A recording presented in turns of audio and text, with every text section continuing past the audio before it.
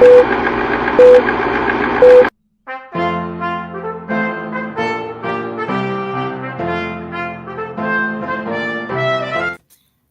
everybody. Thanks for joining us today. I am Deplorable Knitter. We are joined by Ann Pinkava. As always, we have the lovely Polka Dot and Annie, a Stitch in the Sky. Hey, friends. Hey. Thank you, everybody, for coming. Words are hard today. Sorry. So, what's happening? What's new? Nothing? Okay. So this is a short show. I don't know. We were talking a little bit before about Annie's new cat. Yeah, I've got something new. Yeah? New cat. I was out of the room. I did see a picture or a little video of the cat and another cat. Was that you not wanting to get along? Yeah. Well, we've only had Daisy for about 4 months. Mm-hmm. And well, we couldn't even stroke her when we got her, so she's a bit of a strop. And then this other one just turned up at the door. I mean, all that means is that you won the cat lottery. Yeah. The cat distribution service or something, apparently. And decided that you needed another one. So that's good. Is the new one a girl too? So this one purrs, and the one that we adopted originally doesn't. Yeah, they're both girls. So. Okay. So Daisy's a big black and white fatty, and this one's like a skinny, scrawny, probably been bred, I think. Overbred. Mm-hmm. Maybe. I don't know why a pedigree cat's like a stray. I can't work out why nobody's missing her. She's got blue eyes, and she's kind of a fawny colour, she's a lynx point, Siamese, something like that. Oh, pretty. She's really, really pretty. But so she purrs and she so she's giving it the argument, and Daisy's giving it the So here in New York, where I am, a lot of people microchip their animals. Is that something that they do there or not so much? Yes, cats are now supposed to be microchipped here. Okay. So if you took her to the vet, you'd be able to determine if she was missing. She isn't chipped. Okay. Yeah, because Daisy came from we have, in our town, we've got a cat rescue that's kind of run by volunteers. Mm-hmm. That's kind of a private one. It's not part of a chain or anything. And that's where Daisy came from. And they just run around. They run ragged, these women, collecting cats and trapping cats and things like that. So they've got scanners. So the lady came round and scanned her. Interesting. They don't do that here. You have to take them somewhere. Yeah, well, they would do it at the vets, but mm-hmm. she's got no chip. So I don't know anything about her. How old she is or anything. Yeah. Free-range cat. Well, kitties. And like I said, it's the cat distribution system. It has chosen you. Yeah. You are there for the winner. So I stood on the scales with her and then without, and she's 3 kilograms. And I did the same with Daisy, and Daisy's 5 kilograms. So she's quite a bit heavier. Yeah. They don't get along. But you said that your other cat isn't really friendly anyway, so she's a bit bitey, but I've got used to it actually. I don't mind her. She's lovely in her own way. I don't know her background either. Mm-hmm. But I think they'll be all right. It takes time. Yeah. They work it out in the end. In our house, we have a... Oh, she's froze. Oh, no. Yeah. Get there eventually. You got cats, Polka Dot? I do. Well, I have one. She is also a black and white. Well, she used to be chunky, but now, she's going to be 19 this year, so she's not so chunky anymore. Oh, wow. But she's, from day one, I got her when she was about handheld size. She was found on a trash can. She was someone took her in, but then their cats were beating her up. So I thought, well, I guess I'll take her. I don't know. I guess I can't leave her to be beaten up. But since day one, she's always had an attitude. before she could hiss, she was always trying to hiss at me. She tried to beat me up, and she's like this little thing. Like, what do you? I remember specifically saying before bed because she kept staring and glaring and hissing at me. I'm like, what exactly are you gonna do? I don't know how big you think you are, but really, there's nothing's really gonna happen here. But Yeah. for all these years, we've always had like a roughhousey relationship because she just loves to fight. And she's sassy, she's got an attitude, but she loves my husband. Like, I don't know why, but she's completely smitten with him. Unless he like steps over the line and tries to pet her too much, she loves him to death. Me, I'm always the bad guy. Even though I feed her, clean her, she sleeps on me, but I'm bad. He can do no wrong to her. That's how it goes. Funny, aren't That's they? girl cats for you. Yep. But no, she's always been a little boots. I would consider getting her like a little friend just to keep her active in her old age. But she's so jealous of everything that I don't think it would be good for her. Like she used to No. hit. I would like as a younger person, I'd be on the phone like talking to someone, talking to a boy or something, and she would hit the phone because she was jealous that I was on the phone and not dealing with her, even though she didn't want to deal with me. It's because I wasn't giving her attention that she didn't want that she was mad. So, I mean, obviously, really, yeah, of that's how it course. should Yeah, be. no. I always say she thinks she's the only cat that's ever existed. Like that there can never be another cat. She's the only one that there ever has been. The queen. So do you think the other cats knew this about her and that's why they beat her up? Maybe, I don't know. It really wouldn't surprise me. Like she's my favorite because I would say she's such a little boots. Like because she's such a little butt that like I can't imagine another animal like her. Like she's just such a little something. I get it. We have one like that, but we forced a kitten on her when she was like, I don't know, 12. Oh. And then that kitten kind of took over. And now there's like an alliance of sorts in our house. As long as they don't like get too close to each other and stuff, it's all right.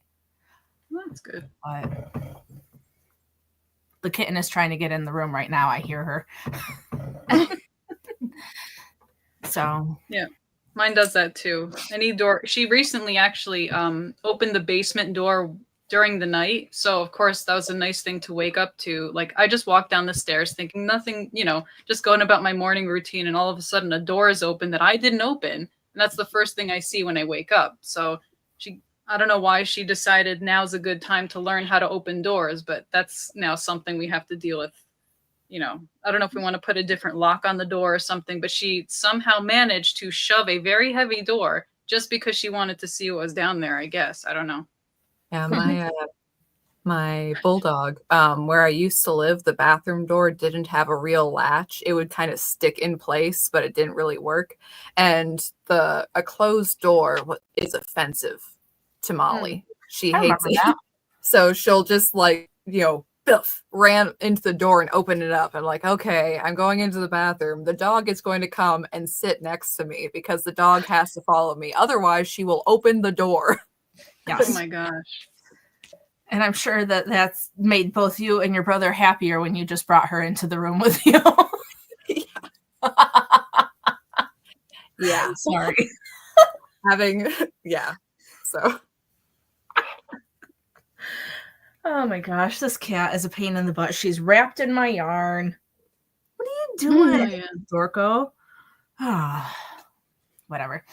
So, what is everybody working on? Everybody's working all diligently. What's wrong, Annie? Is there a problem? I cast off this morning. Okay. And then Emily said, is there a reason why the top bit looks different than the rest of it? Okay. And it was because I'd put it down for a while, then picked it up and assumed I knew what I was doing and did it wrong. Oh, no. So it was about a foot. So I had actually cast off and finished and thought, yes, I've done it. What is it that you're making? It's a strawberry blanket. Oh, cool. That's cute. Oh, okay. I see it. Nice. So are the strawberries little baubles then? Yeah, they're just bubbles, but I'd been doing 4 rows for the red instead of 2 for some reason. I don't know why I was doing that. Well, It it still looks looks nice. a bit different, but I think that's just the way it's on the camera. Yeah. Mm. It It's looks very like a pretty. magical illusion. Doesn't it, at the top? There's like a line across it. I don't Oh, know I if don't that's know. real life for the camera. Might I be a hope it's different not a red. problem. It's not obvious in daylight. Oh no. Oh, I still No, I think it's all right. the one Quinn's quilt that I made where I ran out of white yarn and blocks around the edges. And I'm like, oh, it's okay, I'll get another one. And I realized only when I put it in daylight that the whites didn't match and you could tell where the new yarn was. I'm like, ugh, like it's okay. I'll just like keep it indoors always. No one will tell. It's no one will know the difference. Mm-hmm. That's the worst. Like where it's just the slightest little bit off, and even if it's the same dye lot, the same everything, there's just something different about it that drives me crazy.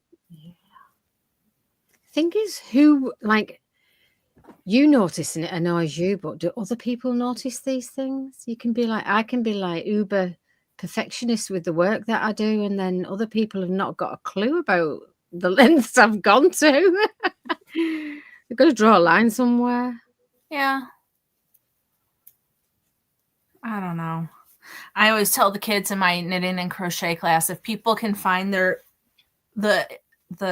mistakes they've made, then they should befriend that person because they obviously are sad and lonely to be able to study your work that hard and they need a friend. So I don't know. Does your daughter need a friend by any chance, or is she good? Yeah. No. No, she's good. I think most people don't notice. I guess that's my point of that whole thing is what I tell the kids because they get so fixated in their learning. So it's not going to be perfect. And I'm like, everybody just chill. It's fine. You'll get there. Nobody'll notice. And if they do, then I don't know. It's a problem. No, it was more obviously different earlier on. Yeah. But I took a picture of the front, a picture of the back, and then unwound it straight away. But yeah, no, it was I was doing too many rows of red. Don't know why. I don't know why. Sometimes you get it into your head that you know, and then you're just going to do it. I do it a lot, actually. It's when you go from one thing to another, isn't it? Or you put something down for a while and you pick it back up and you think you know what you're doing. And it's not on a pattern. It was a video on YouTube. So I didn't bother going back, finding the video and watching it again. I thought, oh, I know what I'm doing.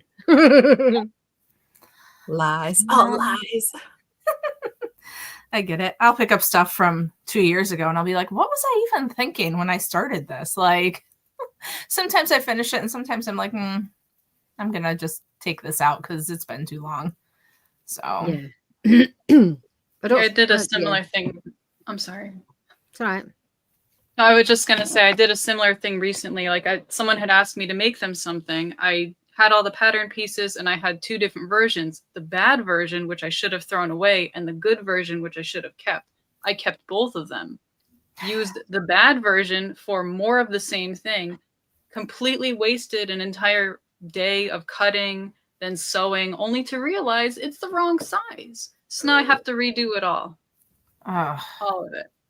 That's so nice. And of course the fabric, with Joann's closing and stuff, not that I'm that upset about it because everybody has different ways of finding fabric, Hobby Lobby, local places, whatever. But because I specifically got the fabric there, that kind of made me sweat. And have I been to Joann's 3 times since finding out their closing? Yes.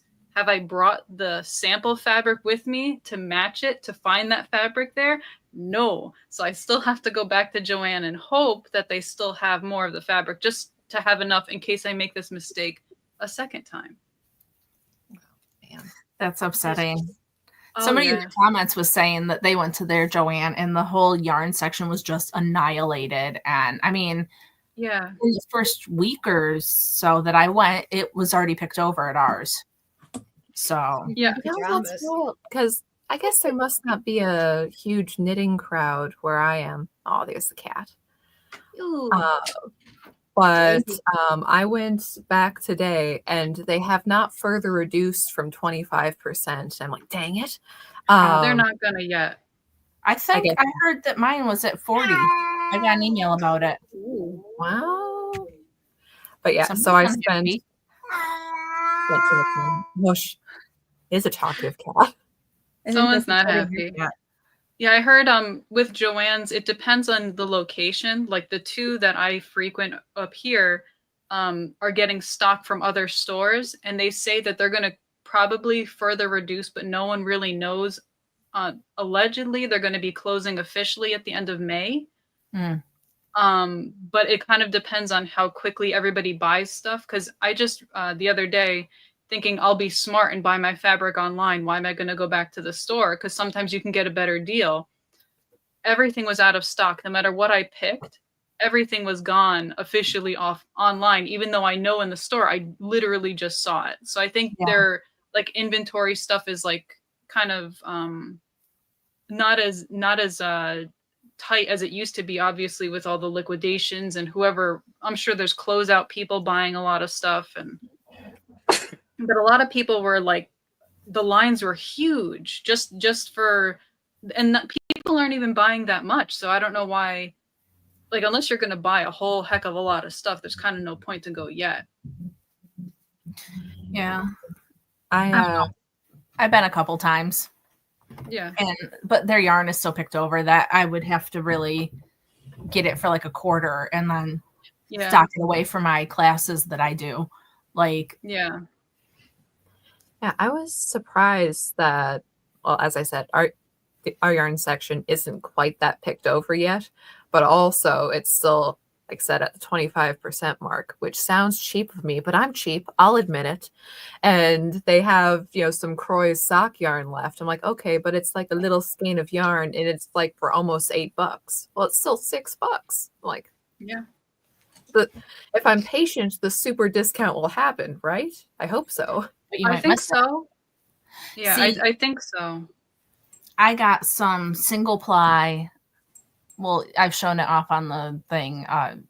Some single ply that I'm gonna make a sweater out of, which is a bad idea. I know that. I'm still gonna do it. But that stuff was originally like $14 a skein, and I think I got it for like $11. And but it was like really nice soft wool, so it's like you can't not, because it was almost gone when I was there. So if you want it, some of the stuff is just going to be gone.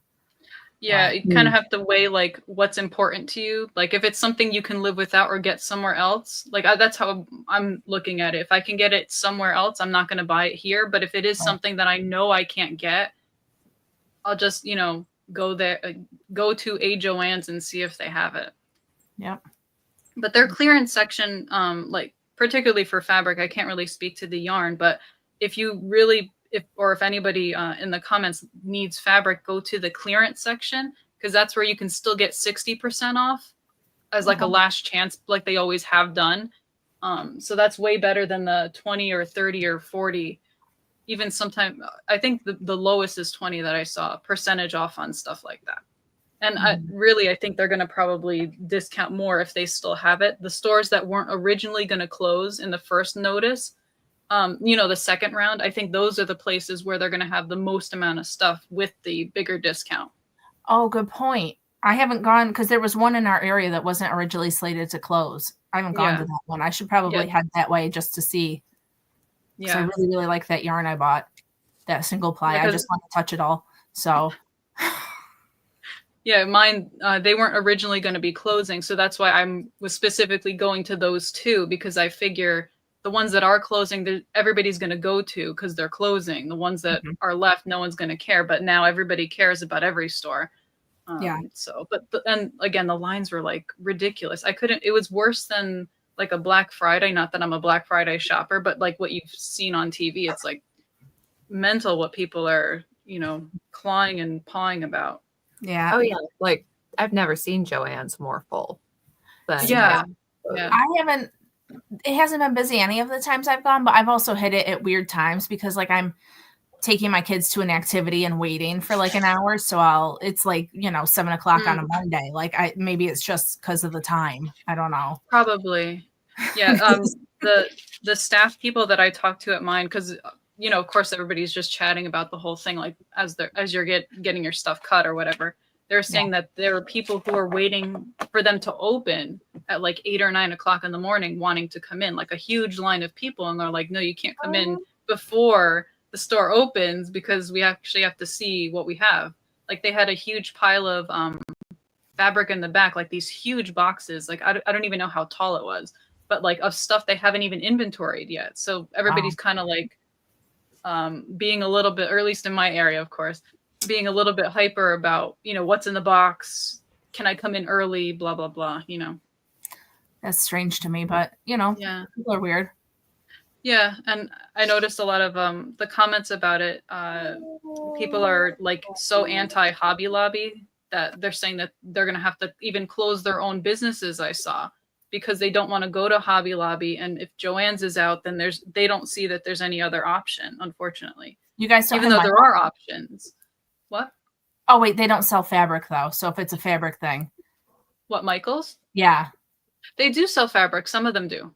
Oh, not the one around here doesn't. So, okay. Yeah, some of them do. And really, there are a lot of other ways to get fabric. Like, I mean, I can't speak to what everybody does, but bed sheets are fabric, curtains are fabric, blankets are fabric. Like there's a lot of other things. Even yarn, I've seen some people go to like thrift stores, and if they see a sweater, they unravel it to get yarn, which kind of, yeah, right? Yeah. So there's a lot of like just creative ways that as creative people, we can figure out what else we can do. Because I don't think Joann's was nice. It was convenient and easy. But if you really want to make something, you can find material somewhere. Like there must be supplies someplace. And then if you're... Oh, sorry.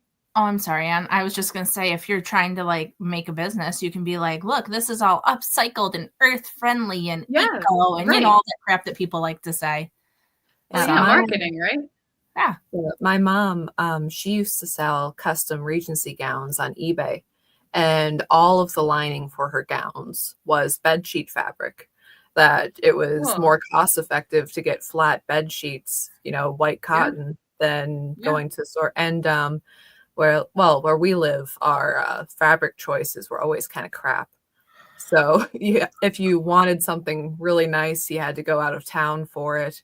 Or that there's occasionally a calico like at Walmart, and sometimes Joann's that would work, but really not quite for the historical era it was supposed to be. So for once in a while you'd get lucky, but otherwise you'd have to drive out of town and stock up. And I mean, when we made wedding gowns, we ordered online from Mood, which is a huge fabric store in New York City. So, I mean, you find places depending on what you're doing that works for you.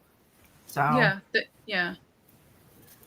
feel bad how hopeless some people feel about it. Like how they're like, oh, I have to close my business, whatever. It's just, Joann's was nice. It was easy, but there are other places. Yep. Yeah. I did that with a cardigan. I found a nice cardigan in a charity shop. I really liked the wool and the colour, but it was a big sloppy cardigan, and I thought I might wear it around the house and things, and I ended up not wearing it. But I pulled it back and made a far nicer one with it. Oh, that's nice. It wasn't because I didn't have any wool. It was just because I liked the colour, and I could see that it was nice wool that they'd made it with. Yeah. So. I took a sweater apart just because I wanted to see if I could do it. And so I learned a lot about like what to look for, because like if it has like some of them are mass sewn and put together like clothing. So you go to take it apart and every row is just this long and you can't do anything with it. So like I learned about how to look at the insides of them, even though they're all still machine sewn. There's ways to tell whether or not you can disassemble it. So and somebody in the comments says that she's bought clothes at the thrift store for zippers and buttons. I mean, especially if they have like clearance stuff.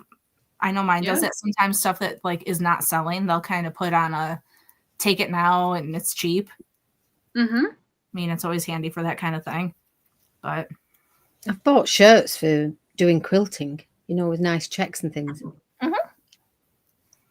Yeah, Years you ago. like to sew too, don't you? I do. Yeah. I've started a quilt. Oh, cool. It's log cabin, but it's just. Oops. Oh, They're neat. all that size and shape. And I've been doing them when I should be sewing other things. So I thought I'd just have like little pops of colour in the middle. Mm-hmm. And then darker Pretty. colours around the outside. Very nice. I like So it. I've got loads of fabric because I can't Well, throw even the smallest piece of beautiful fabric out. I do the And, same thing. Yeah. And I then have a you acquire bucket it underneath my desk of scrap, the never-ending pile of scrap fabric that I say it's big enough that I can do something with that. See, if I did something like, buy a shirt for the buttons, I would find it very difficult to then get rid of the shirt, even though I don't sew. Yeah. Fabric there. I can't leave that. I just have a Yeah. pile of things eventually. Yeah. Well, I have a bag of sort of chiffon fabrics, and then I have another bag that's got all the stretchy fabrics in, and then I've got stacks of wool and linen and stuff like that, and then I've got boxes with proper quilting fabrics and that in. So it's a mixture. Yeah. You see, I have a fabric problem behind me. An ever-growing pile of fabric, which it's not even all of mine's it. just not There's visible. Yeah. more and more and more. I'm with you, Polka Dot. It's the same here, except that Yeah. mine is mostly yarn. Although I am getting into fabric again, which is slightly disturbing to me because I swore off sewing after the wedding dress debacle because And I keep dragging you back in. brides are crazy. And then I decided sewing wasn't worth it because it made me hate sewing. But now I bought a new machine because we had a really great like 70s singer. My mom used it. That's the only we had like an embroidery machine and a serger, but that was like the main sewing machine when we made the gowns. And a while ago it stopped going backwards. And probably I could get my husband to fix it. It just hasn't been a priority. But yeah. So we had this old sewing machine, but it was great. It was a workhorse. It did everything we needed it to. But it died. And my kids wanted a Halloween costume, so I ended up buying a new one so I could make Halloween costumes. And I was like, well, sewing isn't so bad. Then I bought some fat quarters, and I'm like, oh no, I'm getting in trouble, aren't I? Yeah. That's how it is. I love sewing. I just don't always sew my own things. Yeah, I never sew for myself anymore. I used to. When I was a kid, that's all I would do because I had no one to sew for but me. I'd be making Halloween costumes for every year. Mm-hmm. Like I went through great lengths to plan it and all this kind of stuff. But now the pile of things that I should just hem for myself is like ridiculous. To look at it, it's like, oh, I can't be bothered. Yeah. And yet I keep finding more things to fix a button, whatever. But like related to thrift stores, recently I went to a really cool one which had a lot of sewing books. So like as a resource for patterns and stuff, thrift stores are also a really good place for like I have actually my camera's on it. But like a stack of books from 1976 of how to make little hand puppets for kids and stuffed animals and dresses and all kinds of stuff. Mm-hmm. So I think again back to the Joann thing, we just have to get creative and look in different places that you wouldn't otherwise think of. Like I wouldn't have thought a thrift store would have like really useful stuff for $2 a piece. And yeah, I walked out with this pile of books, which now I'll probably have a book problem in addition to a fabric problem. Yeah. And I don't know if every area has it, but the city I live near has a secondhand craft store. So like I buy all the knitting needles for my classes there because I need 10 pairs of size 8 knitting needles. To buy those brand new off of like Amazon is expensive, but I can go to that store where they're like $1.25 each. So each kid gets their own set of knitting needles, and I can, because the parents pay for the classes, but I still like to keep the cost low so that I can buy maybe a little bit nicer yarn, or we can do more than one project so that we can have multiple things to work on. And I get a lot of stuff at the it's like a second, the thrift craft store, which I don't know if everybody has those or not. I don't know if that's a thing elsewhere, but it's handy. And they have everything. And that's where I started buying fabric, because, it's really easy to buy it when it's like, a quarter for a little quarter of a yard. Like, you can't beat that. So I always just have a section of things like that. I don't think we particularly have secondhand craft stores that are just craft things. Mm-hmm. But a lot of the charity shops have a craft section. Mm-hmm. I mean, our secondhand stores have those too, but it's usually pretty small and pretty like sad. So like, if you want to go get decent stuff, it's worth the half-hour drive or whatever to go get it. And like, I've got my mom a Zuber ball. Is that what those are? And the sock ball things. And it had its original price tag on it. It was still all wound up with its original tags on it. It was like $30, and I bought it for $12 at the store. Like, how can you beat that? You know what I mean? Because I always see them all around. Everybody's always got those Zuber balls. I'm like, oh, that's so cool to try. And then, I'm like, I don't know, $30 for sock yarn. I don't like to knit socks, so it seems dumb. And but anyway.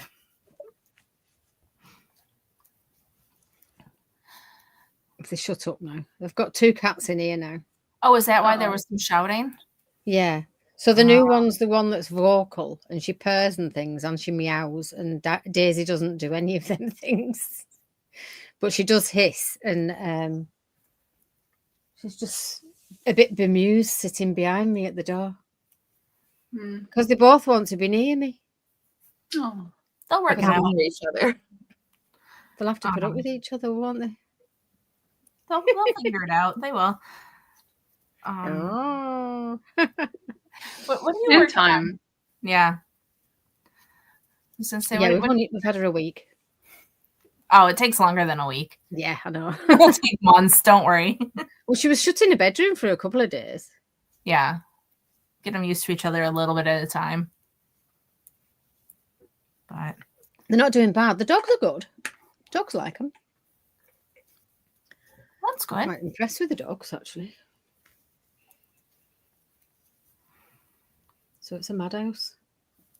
2 dogs, 2 cats. Okay. That's not so bad. A parrot, a tortoise. Okay. You have quite a lot going on. The parrot put it over the line. Well, 2 dogs and 2 cats, okay, but then you got a parrot, and I don't know what it's like having a parrot because I've never had one, but I've seen it on like Instagram, and it seems goofy and seems busy.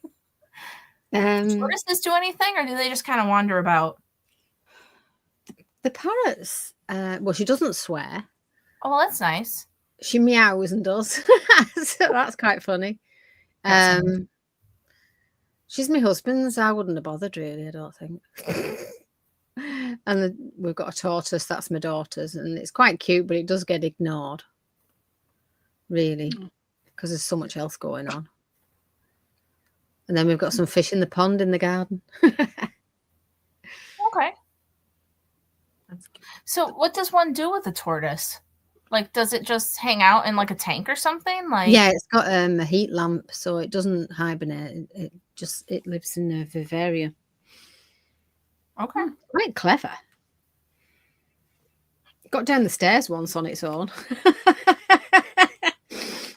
I didn't see it happen. It must have just put everything in and rolled. Oh my gosh. It's cute. Lisa said Does that her the new cat bother either of those? Like, I'm sorry. It's okay. Does the new cat bother either the parrot or the tortoise? Like thinking it's a toy or? Well, they're both new cats, really. Daisy has. Daisy is sat on the top of the parrot cage with the parrot when Tim was cleaning them out. the black and white cat went and sat on the top of the parrot cage with the parrot. Didn't attack it. They just sat there together. Parrots are like the cat we used to have. He'd go out and catch every bird going. But when it came to the parrot, he when it was out, he was a bit frightened of it. It wasn't the same thing. It's peculiar. What's the size of the parrot? Is the cat like that thing's gonna fight back? I'm not gonna touch it, or It's yeah, it's got a big beak on it. right. Well, She knows you're talking about her. I shall have to kick one of them out if they don't stop. Yeah, the parrots. I wouldn't trust it. I don't put my finger in between the bars. She used to lunge at me when I walked past the cage and things because she was secondhand as well. Oh my. Yeah. She was, See, just every time someone new comes in, you have to reestablish hierarchy. Yeah. She's okay. She'll do.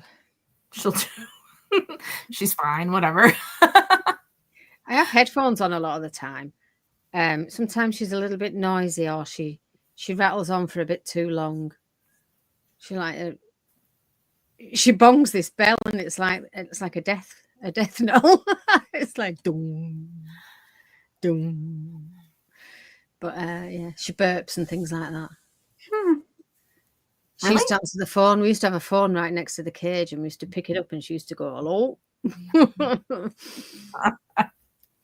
That's cute. That's nice. She's not very entertaining, though, really.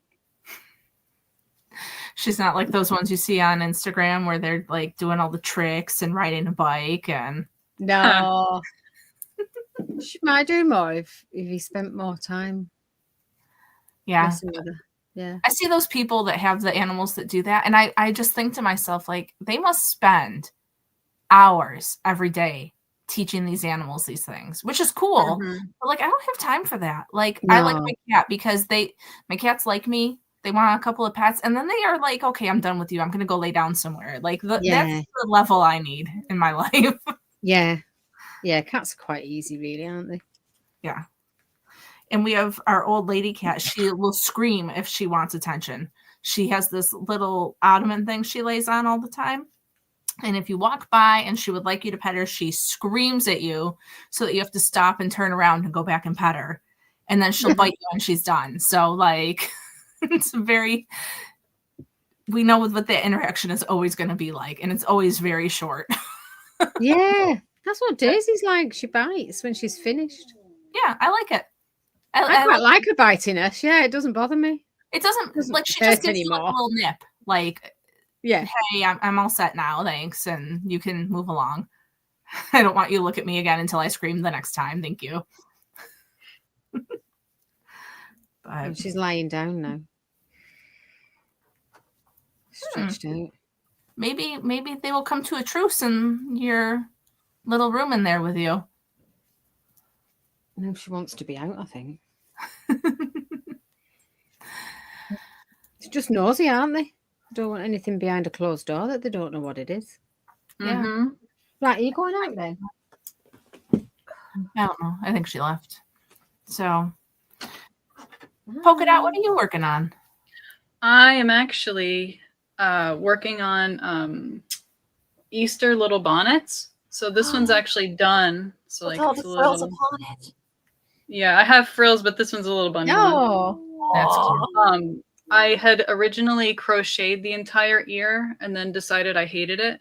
So I'm taking the ears off and hand stitching Sherpa on the inside because I think it makes it a little more like elevates a otherwise just okay thing. I think it makes it a little more eye-catching. So of course, on top of everything else that I'm trying to do before my first event, I'm now taking things that I thought were finished, taking them apart and redoing them because I have to. Yeah, just that's hard. And yeah, that was the regular size, and then I have little baby like preemie size, like this is a little apple. So like it's a tiny, tiny, tiny little one. Cute. For preemie babies, in case there's preemies. because, anything super tiny, super cute. So Yeah. Absolutely. Sometimes people ask me if I have anything smaller, so I figured take a gamble, and my mom was willing to figure out how to make them. So she's made me like this pile of little preemie hats and regular hats, or bonnets, I mean, to decorate. All, of course, with it's my own fault because I try to do too many things before a show, and no one knows but me that it isn't done. But of course, the Catholic school kid guilt sets in, and it's like, oh, it has to be finished. It has to be perfect. It has to be, but I'm trying to relax about it. Mm-hmm. So is that this coming weekend? You got to get ready for Yeah, it? this weekend. Yeah. It's my first one of the season, so we'll see how that goes. Mm-hmm. Oh, and on top of that, I made a stuffed animal called Franklin. He's a little hedgehog, and Franklin's due to have he makes movies, because in my mind he makes movies. So I'm due to do another recording of his movie to introduce the newest plushie on Friday. So Nice. Cool. I really liked the little chick egg flip Oh inside. yeah, I have those too. Horrible. Oh, thanks. Yeah, I wanted to I'm sure it's showing my age, but I don't know if anybody remembers Popples. They're like this little animal thing that you turn inside out. It was from the 80s. So I was just thinking about Popples and figuring out what can I do at a show that gets kids to, again, interact with my booth, as opposed to just looking and grabbing and wanting to, just wanting it. At least it gives them something to do. And I figure if I have them all turned inside out, you don't know what the face is. So it could be fun for them to see oh, what's this one look like? What's that one look like? Mm-hmm. So, but we'll see. I made a bunch, and it's all a gamble as always. We'll see what happens. Yeah. I used to do more markets and things, but after COVID, my mom is disabled, and with the kids, it was too, if I do a show, my mom wants to go with me. It's too hard for her to sit during the show. It's too hard for her to set up. So it's I stopped because of that. And then, with the kids but I used to like doing them. I always thought it, I know people are like, oh, you got to go, you got to sit, I don't know. I always like talking to people and seeing what everybody had. I don't know. Yeah. Yeah. They're fun, I think. It's nice to get in-person feedback on things, seeing what do people like, and even just seeing the creativity of other vendors, oh, how did they set up their booth? Oh, that's really cool. Exactly. Learning from each other, talking, it's definitely not a bad thing. It is time consuming in that, you have to get up really early in the morning. You have to get all your stuff packed up, and I have to rely on my husband because his car's bigger and he's stronger than I am. And frankly, I can't carry all these things as much as I think I can. I can't. Mm-hmm. So just coordinating all that stuff, it's a pain in the butt, but I really do enjoy interacting with people, and even seeing some people more than once. There are some people who've gone to multiple shows because they know I'm going to be there, and it's oh, really? That's cool. Why? I don't know why you would think that that's cool. Why you would think I'm worth going to see, but that's really nice of you. Wow, what a neat thing. And seeing the kids interact with the toys and stuff, it's just, I don't know, it's rewarding to get that, because online is fine, but it's different when it's in person. It feels different. Yeah. Have you been doing them a long time? I think this is my third year doing them with this. I'd done them a long time ago, I think in my 20s. And then before then, I did my first one, I think when I was 16, and I didn't sell a blessed thing. And then I was really discouraged for a long time. But I was 16, didn't talk to anyone, just sat there expecting people to just buy them. And I learned that's not going to work. So in my 20s, I started again, but then work got in the way. And now again, as I've increased in age since 20, I decided that I'm going to try it one more time. And it's worked out this time. But I think it's because of learning from all the mistakes that I made years before. Yep. Yeah, coming at it from a different angle, trying to have fun with it, and actually interact with people and, just focus less on, oh, how many things did I sell, and more so on, did coming to my booth make someone have a nice day? Even if they just smile at the cute things, like that's still enough rewarding for me. Of course, I want to make the booth. I want to, cover my costs of being there, materials and all that kind of stuff. But just at least giving somebody a little smile, like, oh, look how cute this is. That's good. That's enough for me sometimes. Although it's sad, it is sad when there are vendors who, for some reason, have a really bad day. And unfortunately, I don't know if it happens everywhere, but the ones that I've gone to, they kind of like spread that as like a negativity thing. Say like someone across the way will have a bad day, and then they're staring at my booth or someone else's booth that's doing okay, and they're like whispering like, "Oh, do you think they're doing good?" Blah blah blah. Like the nitpicky little catty stuff like that I don't enjoy. But overall, doing them is like good. I don't know. There's some, and it's different things too. I mean, weekend events with booths, but also you find it small businesses sometimes where people are like angry to have you as their customer. And I'm like, I'm sorry, I'm at your store having a nice time. I'm here, and yes, I'm just browsing. I might buy something, but I'm not now. Why are you so mad? Yeah, I know. Yeah. I'm telling you, I'm having the worst week with animals. There's a ladybug. That's good luck. It's good luck? Yeah. Well, it's on my water glass. So you have to count the dots and use it to play the lottery. For real?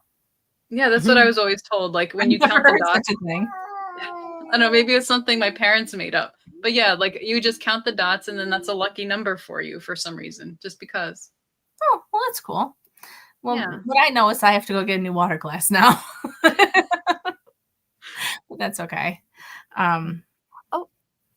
So I have something I need help with. And I think y'all would probably be good because you have each crocheted small, adorable things. And I'm not much of a crocheter. So a friend of mine wants some baby booties.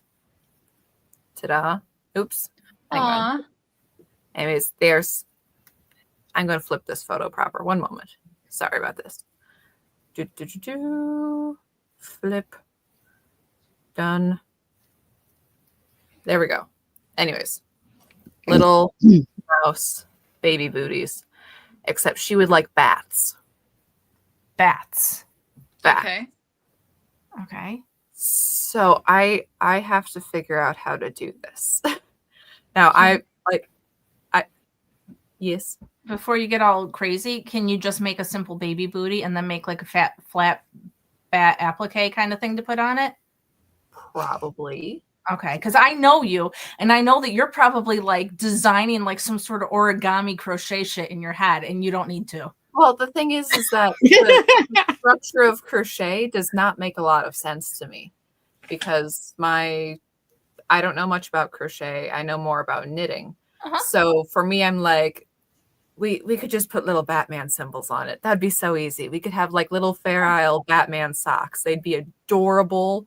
Your eyes would bleed from cuteness. You'd be like, whoa, look at these Batman socks. But it's like, no, stick a whole bat on the baby booty. And I'm like, what? Is it supposed to be Batman or just bats? Person is a Batman fan, but bats specifically were requested. Okay. I don't know. So but I know Anne, and I could see her trying to like figure out a way to like, Yeah, so I'm sitting there with little like sketches going like full bat, sock bat. You can see how my drawing skills are, quite legendary. But you could put like the wings on the back of the booty. It's true. I have little bat wings like like Mercury. In one, like similar to the applique, like one solid piece. That way, like even if the face is really simple, like it just little eyes and I don't know what I mean. I made bats. I don't know, what do they have? They have like, I mean, eyes and a smile or something. At least that way you suggest a bat without having to worry about it Because like anatomically correct bats, they're not exactly cute with their noses being all up and the big ears and that. I don't know if they read as a bat.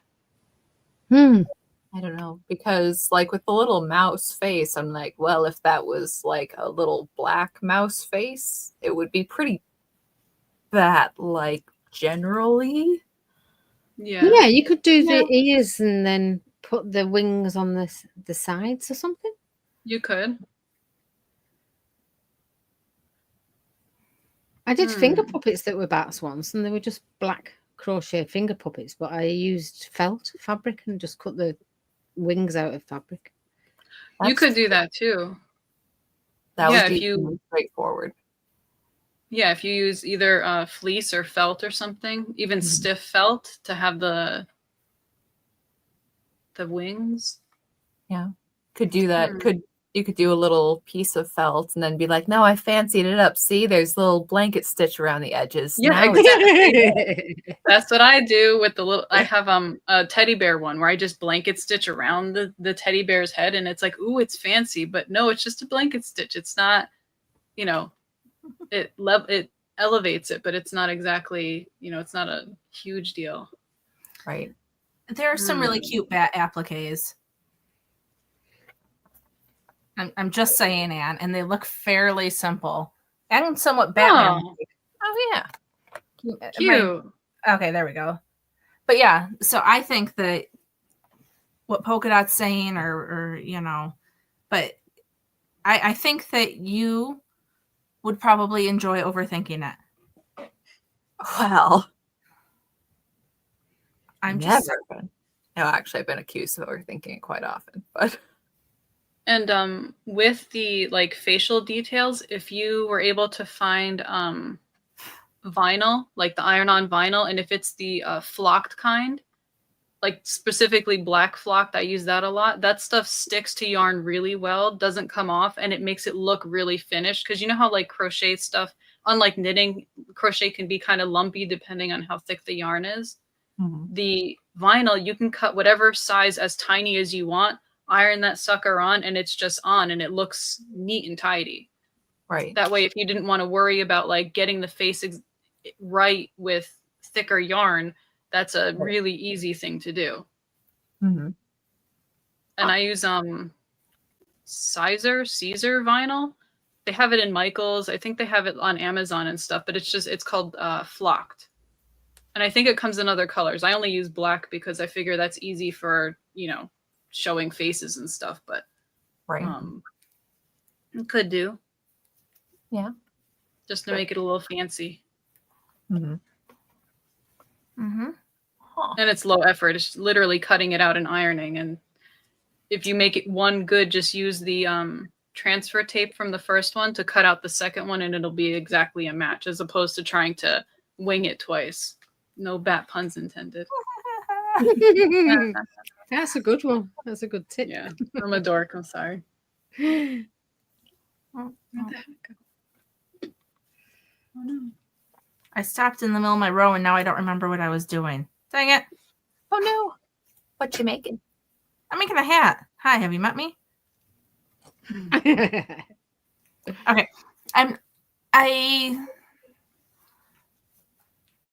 I knit this hat before. You can't really see it. It's that slip stitch hat that I made. I gave to the man I cleaned for. And so now I'm knitting it again. Jeez Louise. Whatever. I'm knitting it again so that I can write the pattern for it. Because my husband and my head is, I don't know, at least 2 or 3 inches bigger than his around. Like I just have a giant head compared to him. And this hat with these slip stitches, it fit both of us.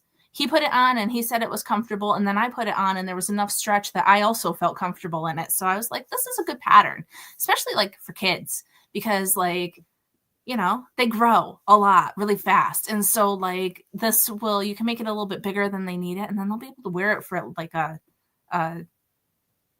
more than one winter, probably, maybe. So, right. So I'm working on it. And I'm knitting with the good yarn. This is La Biana Ami yarn that I bought, I don't know, 3 years ago before I realized they hated us. Don't care. It's really pretty. It's like some grunge. I don't remember the name of it, but it was like, graffiti or something. It's like gray with the colors on it. And I don't know, I really like it. So that's my story Very about nice. They hate you? that. I say that in a open sense, like they don't enjoy the conservative knitters as much as crafters. They don't hate me specifically. They just dislike us in general. I see. Yeah. It's a crazy world. I always find that silly. Like, even the people who are hating on Hobby Lobby, like, I mean, you don't work there. Does it? I mean, I don't know how. I guess maybe the causes really matter to somebody. That's kind of, I don't know. Mm-hmm. But everybody has allegedly we have the freedom to choose stuff. So if you don't want to interact with somebody because of their political views, you have the right to not interact with them. I agree. Might be Batman says that they'll be able to wear it until they lose it. No, I'm using the good yarn in my kid's hat. True. But what's going to happen is that I'm going to keep this because my kid. Oh, no. Rose again. We'll never know. We'll never know what she does. That's right. Secret dragon horde of knit hats. I really like that. Oh, I have one.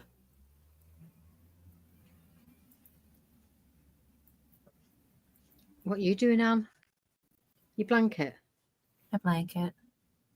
Pretty. Yeah, I have.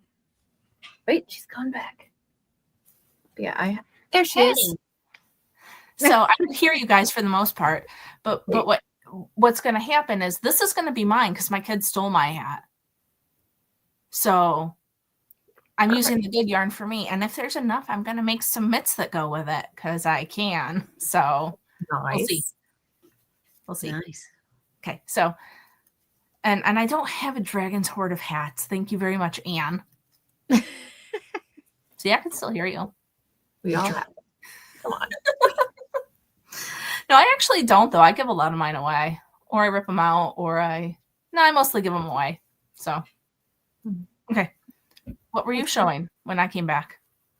No, I was just, I have that stack of quilt squares. Making more.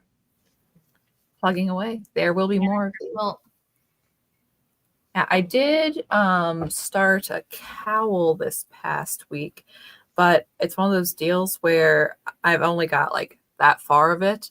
And the pattern, it's a 2-color pattern, and I'm not sure if it will actually become discernible.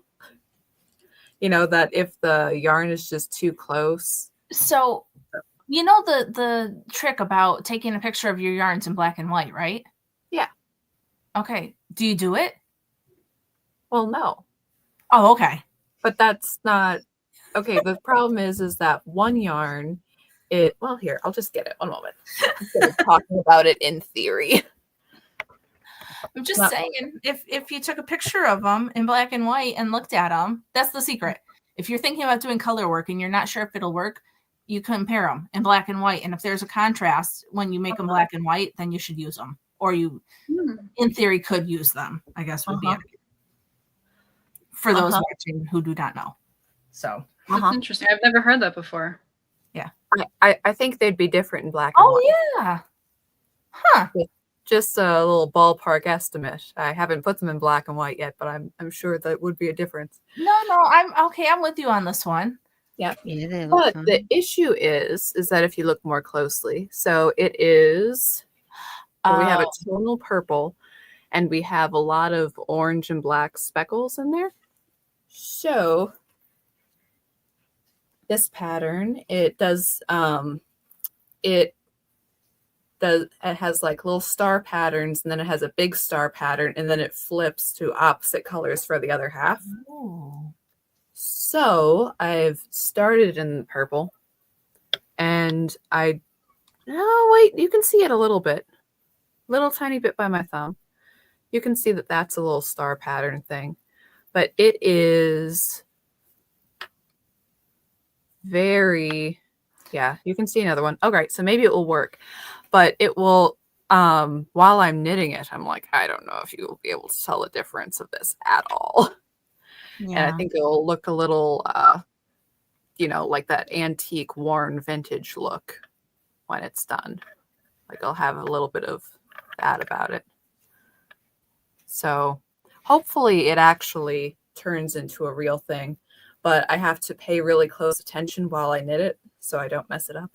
So it's not this kind of knitting project. no, it's much easier to knit little quilt blocks forever than it is to be like, all right, I have to look at a chart and count my stitches. I was messing up this very simple hat pattern because I was watching Dragon Ball with my kids earlier, and I was getting into it because something was going on that I didn't know about, and so then stuff was going down, and I learned about Lord Beerus this week, and he's a bad dude. So Sure is. So you like it too? Oh yeah. They watched it all with my husband, and I had watched most of it with him before they were born. And so when he was watching it with the kids, I opted out so that I could not do that. Because I love them, but I also spend a lot of time with them. So I let them do that with their dad, right?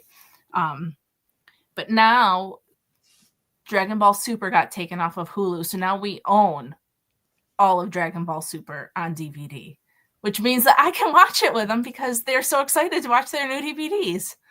Neat. So that's what happens. Uh-huh. Oh, and I was going to tell you, Polka Dot, that Anne gave us some little boy and girl softies that you made, and they are very well loved, and everybody is very excited about how soft they are and how snuggly. And I think they went to Florida with us. No, they didn't. I don't think I showed them off until we got home from Florida, but they've been taken other places since then. So yes, very excited. That's so sweet. Yeah.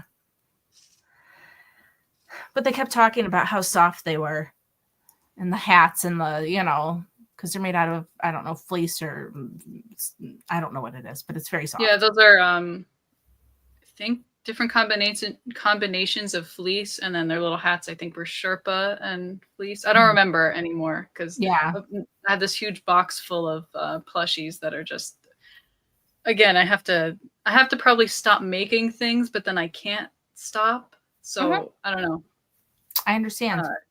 Yeah. Even getting ready for my show thing, I thought, oh no, I don't have enough stuff. Like I go through this every time. I don't have enough. I need to make. And then I was like, oh, I actually have way too much that I'm not going to bring everything now. But yeah, always with the plushies, I try to find fabrics that are really soft, because not only just for anybody loves a soft thing, but a lot of times, specifically kids, they're for some reason very drawn to soft fabric, soft whatever, nothing heavy, nothing I don't know, it seems to be a formula. Yeah, cracked the code on those little buggers. Well, if you ever need testers, I have a stuffy aficionado here in this house where they would continue to make them forever, or not make them, buy them forever if I allowed them to. Okay. And they found out 2 weeks ago, that there's a Squishmallow thing where you can keep track of your Squishmallows with an app. Mm-hmm. And the kid that was telling us was like, I have 130. And I'm like, we have 10, and that's way more than plenty. We don't need an app to keep track of them. We're okay. Wow. Thank you. Yeah. I see those things everywhere now. Even the grocery store has Squishmallows. I can't believe how plentiful the Squishmallow is. I think both of my nieces love those things. If I remember correctly. My youngest uses it as a pillow instead of an actual pillow because they are so much softer, and the fabric is so soft. And then we just wash it, every week or so. And so it works out. But I'm glad they like them. If you ever, it's always flattering. You can drop a picture in the chat, and I can get expert opinions in moments for you. Oh, okay. So, well, It's always flattering to have people be repeat buyers like Anne, and also to have people and little ones love the stuff. Like it really warms my heart a lot. And you know, I'm obviously a very tough person. Obviously, it's spicy. Yeah, the spicy nugget. See, because most of the stuff I've gotten from you, I have given away. So, like, you know, the little puppy, which I love Yeah. the little puppy, gave it to my nephew immediately, right in his mouth, just like, here you go. Ah. Well, he was that age when you gave it to him. I know. It's like, yep. Well, it is very washable. Yes. But yeah, he loves it. It's great. But yeah, little spicy nugget cute. Spicy. who's been living in the skull and judging me. Well, Yeah, he's making sure.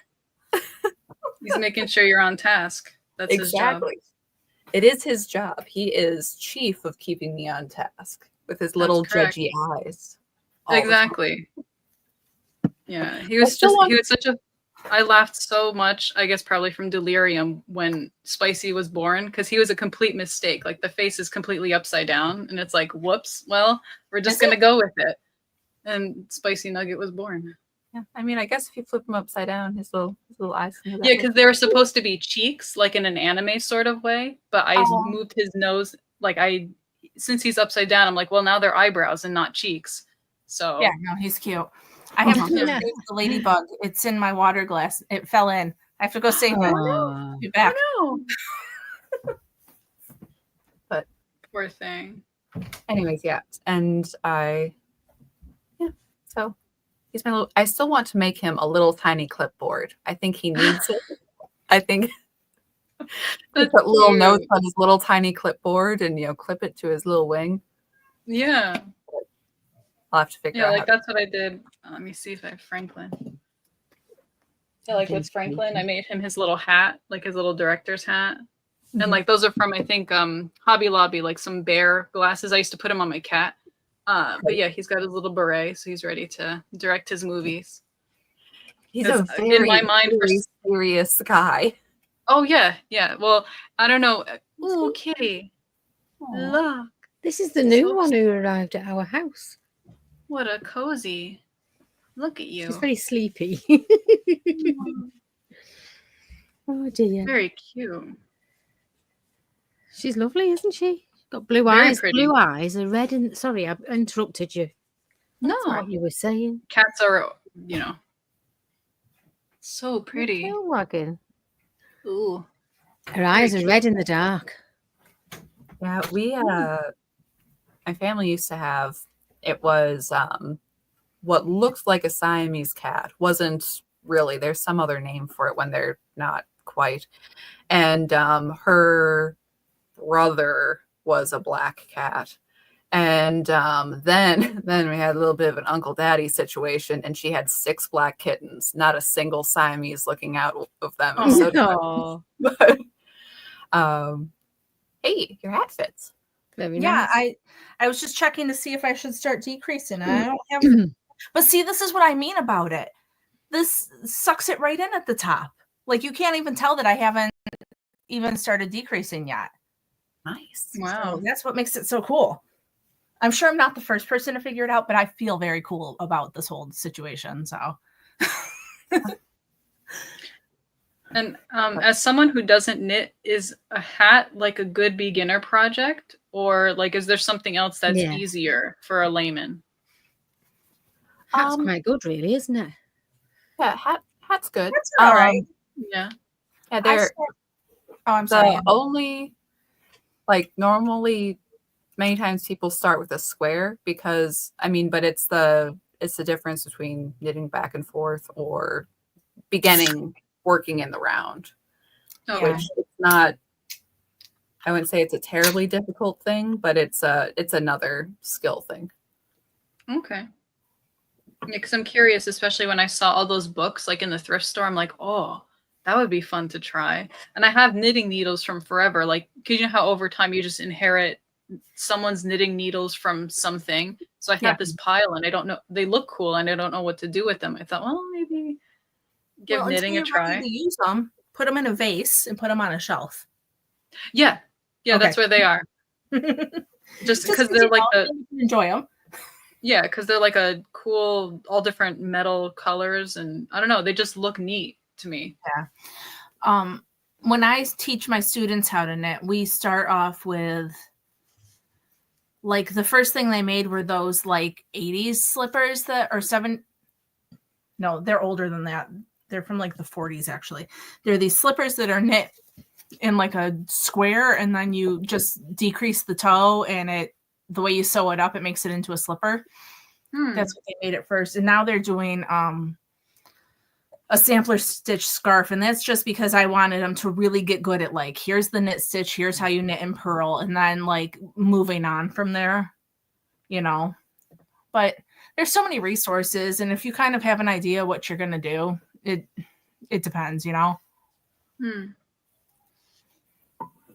So yeah, because like socks and like slippers and stuff would be really interesting, but I don't know if that's like too advanced for someone who's never really knitted. if you wanted to do the slipper thing, I would have you start with the pattern that I had my students use, because it's a very, very basic. There's not really much shaping. You know what I mean? Okay. Socks have these things where I've been knitting for 40 years and I still read the pattern and go, that doesn't seem like it's going to work. So, you know, but some people take right to it. It just depends. See, now might be Batman says she's a crocheter and learned to knit socks because crochet socks are dumb. It's the only thing I've ever knit. By the third pair, they were much better. So I think it's one of those, whatever works for you. Whatever project you're going to finish is the one you should start with. Yeah, and you should see my desk right now of the piles of things that are started and not finished. It's embarrassing. I think we're all like that. Yeah. Except I mine into a drawer so I don't have to look at them. Pro tip. I know, right? If you don't want to worry about those projects, just put them somewhere where you can't see them. It'll be fine. Annie's got a nice little baby with her. What's that baby's name? This is Marble. Marble? This is the new one. Yeah. Who's been here a week. She's a very fawny colour. Well, I don't know quite what she is, but when I had a look when I Googled it, I came up with a lynx point Siamese or something. Mm-hmm. She's very slender and she's got blue eyes. I don't know if you can Nice. tell in there. No, I can't. She's quite a sweetie. Like Daisy wouldn't sit on me knee, so I could never show you Daisy. Yeah. Well, I went out in the other. Oh, I'm sorry. Sorry. I went out in the other room and our old lady cat had to scream at me, so I had to go give her a pet before I could continue what I was doing, because I made eye contact. If you make eye contact, you can't not. Yeah. Duty. It's your duty, isn't it? Yeah, mine does that too. If you walk past the room and she's in there and she happens to be awake, you must pay the toll of petting her, even though she doesn't want it, but she does want it. Like, you know what I mean? She's being one of those. Yeah, no, I know. Stuck to me. Yeah. You're going back. Look how cute and squishy. He's quite skinny. Yeah. Well, maybe over time she'll bulk up. Yeah. Which made me think that maybe she's been used for breeding. And when I looked, there's lots of kittens that are hundreds of pounds if they're anything fancy. Oh, I was going to say she could be young too. If she's she might be young. Where are you going? Do you want to go back on the chair? Oh, shut up. So, before, but are you a night owl, Annie? I used to be more than I am now, really. But isn't it quite late there? It's now 12:20 midnight. 20 past midnight. Well, 18 minutes past midnight. I'm not trying to get rid of you or anything. I'm just curious because I'm like, no. I can barely stay up till like 10, and I couldn't like I'll do it sometimes if Anna and I have to, but like my conversation gets like I don't make much sense and stuff. Well, it's bad. If I go on knit night, it doesn't start till midnight here, so that's I don't feel that all of myself when I go on there because I am tired Mm-hmm. usually. I'm all right at the moment. Mm-hmm. It's I'm a bit sporadic. I go to bed usually around 11, Okay. Wow. but sometimes I stay up late, don't realise what time it is and things. You know, if there's been a change in routine or something like that. Yeah. But I'm all right for a bit. I was up late last night because I got a new phone. Okay, this is the quick story of my phone. So we got a new phone. And because we got a new phone, we were giving the kids my old phone because they do a couple of activities. We wanted them to be able to contact us, right? And so I don't know what the girl did that was helping me, but she didn't know what she was doing. She messed up the whole thing. We were on the phone with our phone company for like 5 hours. And then I had to go into the store the next day and she erased all my data and I had no contacts. And my one kid was crying because I lost Anne's number and they thought we'd never talk to her again. And it was just like that night I was up until like 1 and my kids were up until like 11:30 because the whole house was just like, it seems like such a stupid thing. We're on the phone with the phone company, but like I'm talking to him, my husband's talking to him. I'm like, kids, get ready for bed. And then like I would get into a thing with these people. Oh, it's just so anyway. I get what you're saying. If your routine gets goofed up, it's easy to stay up late. Yeah. Usually when I'm not doing stuff like that at like 9:30, I'm like, all right, honey, I love you. I'll see you later. I'm out. But I send myself to bed. I always have. I always have. I hope I always do. I have a kid that does that too. It's great. I'm like, hey, where did that one go? Oh, they went to bed. They were tired. So, Yeah. My son was like that. yeah. He used to ask, can I go to bed? Of course you can go to bed. Always. Yep. International Women's Day at the weekend. Oh, what does that mean? Well, there might be events on, women's events and things. I'm going to a Let Women Speak. I'm going to Aberdeen. You're going Scotland. where? Aberdeen. Okay. See, that's so cool. Okay, so there is an Aberdeen in South Dakota. All right. No. You're going to visit me. Yeah. So it's like Aberdeen, actual Aberdeen. I'm like, wow, that'd be so cool. You know, where the Aberdeen Terriers are. That is literally all I know about proper English Aberdeen. I don't think I've ever heard of an Aberdeen Terrier. Oh, I've never heard of any of this. I don't know about South Dakota or English Aberdeen. No, but okay, Aberdeen, South Dakota is Scottish hours. It's a funny place because gosh, what's the guy's name? Something Baum, the guy who wrote Wizard of Oz. He was in Aberdeen, South Dakota for a small portion of his life. So like the signs for it is like, you know, fairy tale land and they have like little fake castle things. But Aberdeen, okay, like when you think of frontier town, all right, imagine that, but it's modern and metastasized into kind of a bombed out kind of place. So there's kind of a joke like, I'm going to Aberdeen. Like, oh, so you're going to the strip clubs? Like, no, there's other things to do there. Wow. And it's also where Lutheran Social Services likes to dump all the international refugees. So it's like the Star Wars cantina of South Dakota is Aberdeen. Wow. Wow. You know, Anne, you have this ability to really paint pictures with words. Is that an Aberdeen Terrier? There you go. We just call them Scotty dogs. Oh, and the Scottish Terrier. Yeah, and also the Aberdeen is where the MacDonald de la Morte is. That we've had 2 different vehicles in our lifetimes die in Aberdeen and had to limp it to the McDonald's and call for help. And the McDonald's is not in the best part of town. Is there a good part of town? But so we've had to hang out at that McDonald's for a while. Mm-hmm. Anyways, just in case anyone wants to know. Well, our Aberdeen's a Scottish city. with historic buildings, I think, but I've never been before. It sounds like a really nice place.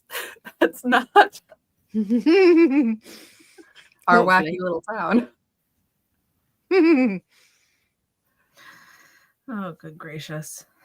Yeah. I bet the qualities of their hotels is much finer. Probably. Yeah, hopefully. So,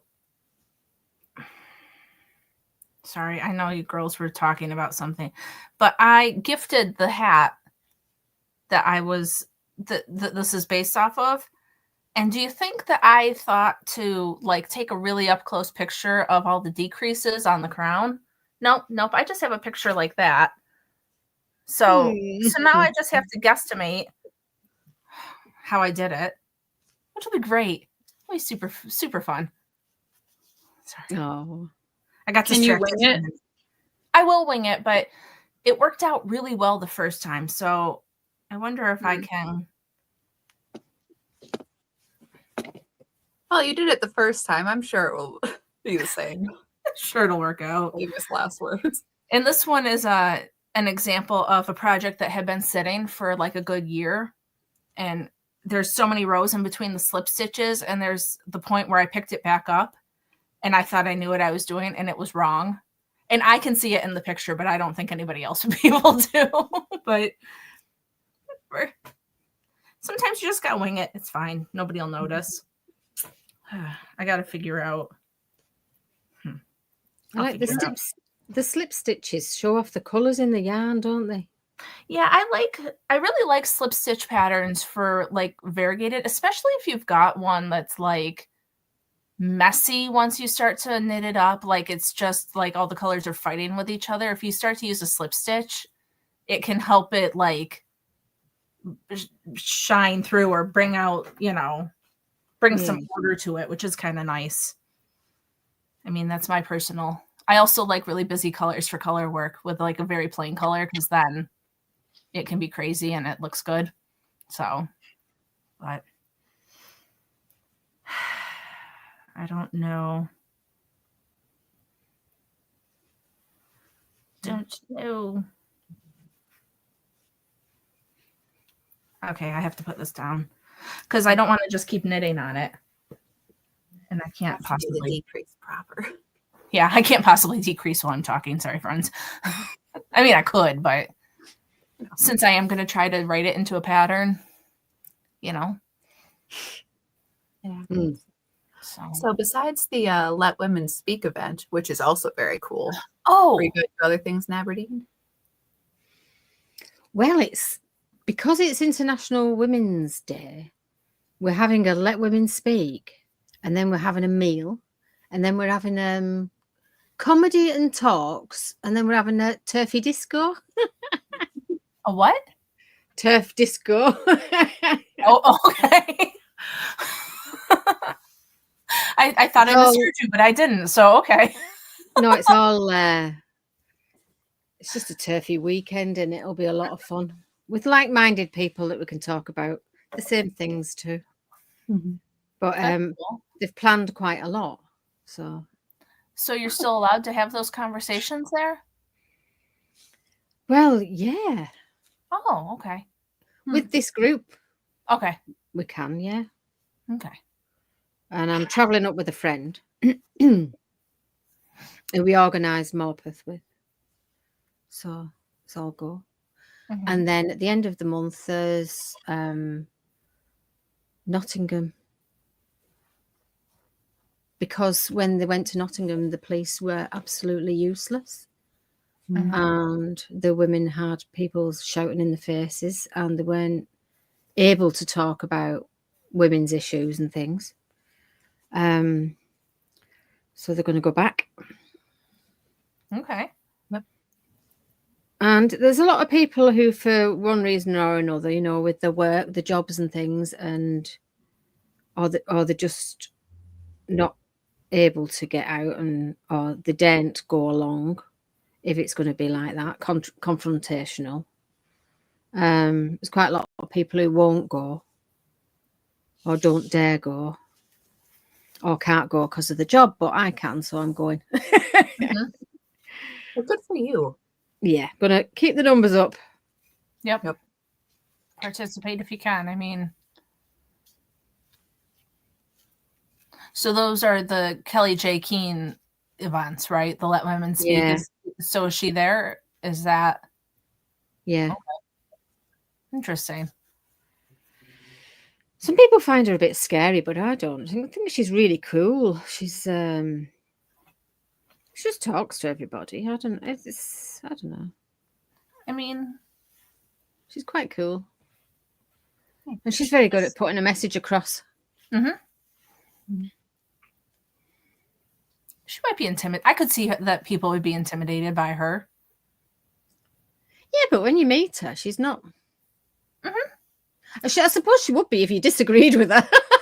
Right. But Yeah.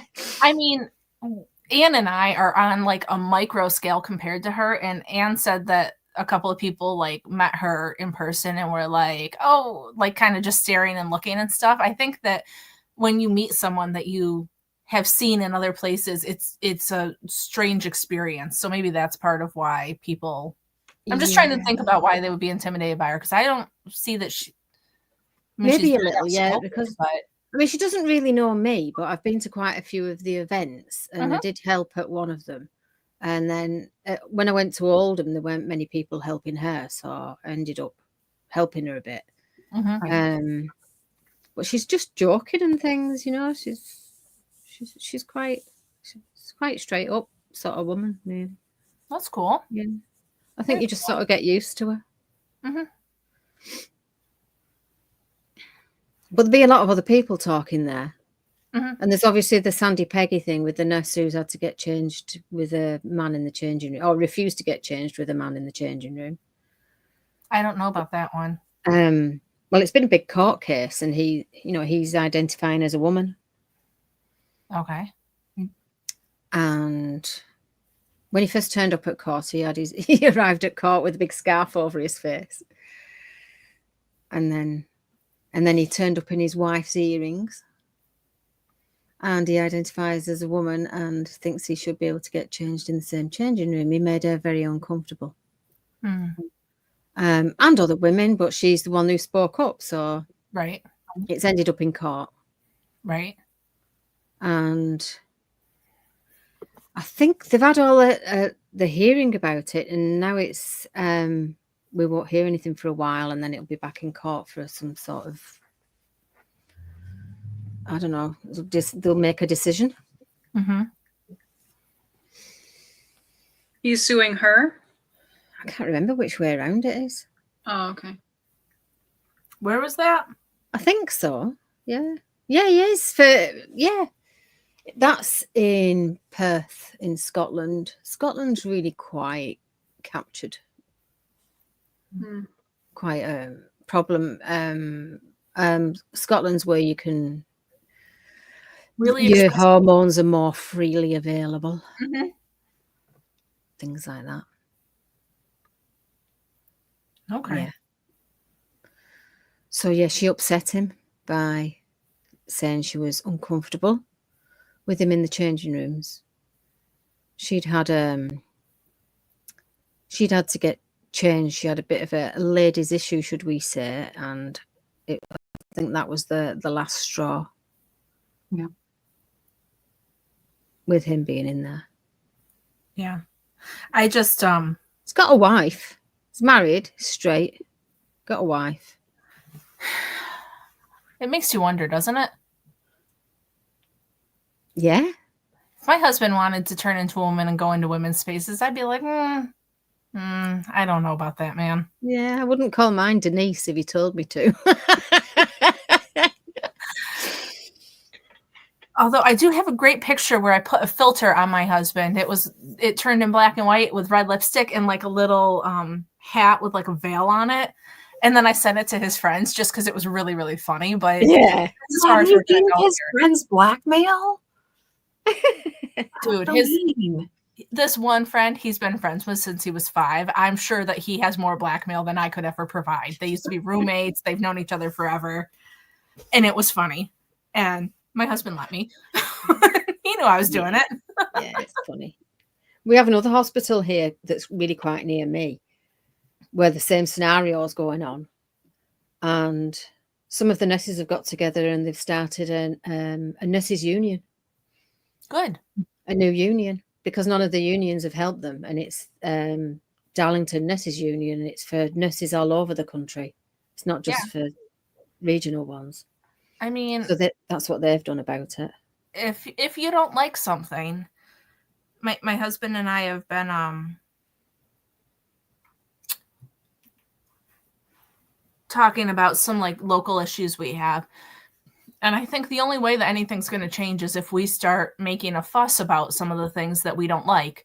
And I think that, you know, that's what you've got to do. It's what Kelly J. Keene did when she started with the Let Women Speak, because they were raising women's voices and you know, start the nurses union. Because it's good that unions have some competition too, because unions are generally useless and very liberal. So what are you supposed to do in a situation when you're like, actually, I'd like proper representation here? Right. Yeah. Right. But I think that a lot of people are like, oh, well, you know, I've done this and I've done that and that I'm not getting anywhere, so I'm going to give up. And that's not the mindset. You know, I've done this and I've done that, so now what can I do? Okay, well, I'm going to have to do it myself, which nobody really wants to do it, right? Like, don't you think most of these people would be like, I really just wish that I didn't have to do this big fight? Pretty sure Trump probably sometimes thinks, man, I wish I could have just stayed in my gold apartment and not gotten shot in the head. But things happen. You do what you got to do, right? So yeah, it gets to a point where it's just beyond ridiculous and totally infuriating. Yeah, well, because the ones in Darlington that complained about the man in the changing room, they were offered an alternative. Not him. He wasn't offered an alternative. And you'll find if there are toilets that are male and toilets that are fit for females and some for males, if there's an issue where you identify as something different, they put the label on the ladies' toilet door. Oh yeah, women or anybody who identifies as women, sort of thing. It is more the flow is more in the women's than in the men's, if you know what I mean. Well, I don't. But there's all sorts goes on, isn't there? Upskirting and things. Yeah, you know, there's a lot of weird stuff that happens. And things under putting the phones under cubicle doors and things. That actually goes on. I'm not saying that these people are specifically doing that, but I mean, why did they want to be there?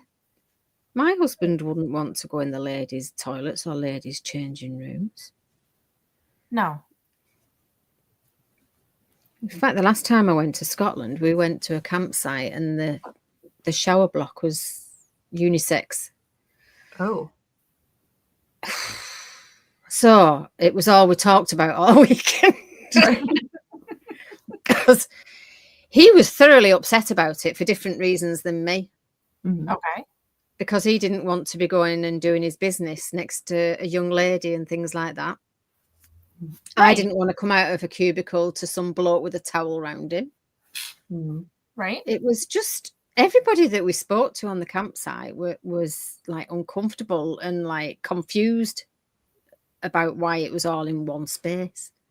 It was all clean and tidy, but all the cubicles and the showers were all in one room, off one room. So when I had a shower, I was like checking the nick in the door and making sure that nobody could see through the nick in the door. And it was just like really uncomfortable. Plus, you wouldn't be able to let your children go, would you? Well, every time you went to the toilet, you'd have to go with them because you don't know who's already in there. I mean, I'm that parent where I go with, somebody goes with my kids every time. So if you could see the toilet from the van and it was just ladies and just men's. I've heard enough stories about creepers hiding behind doors and different things that I will probably, when we're out in public, I will continue to send them with a person until they're bigger. Because by the time you realize that somebody else was hiding in there, it's been too long. And I don't need to. Yeah, that makes me sound crazy, but No, No. You do think of every eventuality as a parent, don't you? Mine are grown now, but I mean, there's a bathroom at the playground we like to go to, and kids 10 and older, it says if they're under 10, they need to be accompanied by an adult. I still go in with them because I can't see the door to it. So I don't know what's going to happen. yeah. I go stand outside the door if I'm not going in. But it's just, yeah, no. I'm not going to, that's not going to be something that we're going to worry about here. I'm good. So you wouldn't give it an opportunity, would you, by having it unisex? It makes it all too much easier. Oh, yeah. Yeah, no, especially not with my kids. I've left them a nice review anyway. Yeah? Well, that's good. I'm glad. Wasn't the only thing that was wrong with the place. And we love to go camping. Well, we don't camp. We get a very small cabin, but we like to go and be in that situation where we're at a river and, fishing and I see these parents that let their kids ride their bikes around and stuff. And I don't know if I've just listened to too much true crime or something. We had a kid that made friends with our kids on the playground and was coming into our cabin. And I'm like, you cannot come in here. Like, where are your parents that you are coming into a complete stranger's cabin? I don't care that you were playing with my kids out on the playground. We could be total creeps. They could be luring you in here for all your parents know. Like, I think I've listened to too much true crime, but on the other hand, I'd rather be that parent than be the one that's like wandering about, not having any, I don't know. Perhaps I'm crazy. Well, things happen. I mean, if you're not careful, the chances are something won't happen, but it could. And do you really want to take the gamble on, especially with your child? Like, if I had kids, I would feel the exact same way. Like, I want them too much that I'm not just going to let something happen to them like that. I couldn't do it. I couldn't do it. And I mean, like, this summer, my kids will be 12 and 10. So maybe if they want to do something, the two of them together, maybe. But I don't know. That's the other thing. We're on vacation together as a family. We want to do stuff as a family. So it's kind of like, what's the point of like letting your kids like ride their bikes all about by themselves? Well, yeah. Going to do the things together. So I don't know. My daughter's 25. She's just been camping on her own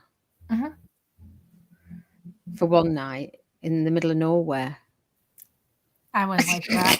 And she's 25, right? And you're like, I said, if you become a parent, you will understand, like, the whole of your life thus far. I have protected you in every way, shape, and form I can think of. Yeah. And then you're going camp in the middle of the woods. But somehow I just felt that she'd be all right. But it's hard. But you've got to I have to let her go and do these things. Anyway, she hurt herself because she took a drone with her and she cut her fingers with a drone. Oh, no. So that was a bit of a disaster. But she loved it. She camped near a lovely lake and everything was fine. And then she said she got there, she had to put the tent up and she thought, what have I got myself into? It sort of hit her when she got there. She's funny. Very adventurous. That's good. I mean, I remember saying something to my mom about how, like, I was like a psycho parent. Like, when they were infants, like, I had trouble sleeping because I was so worried that they would, like, die in their sleep, that, like, cot death thing, that, like, I would wake up, like, every 20 minutes. And my mom was like, just wait until they're driving.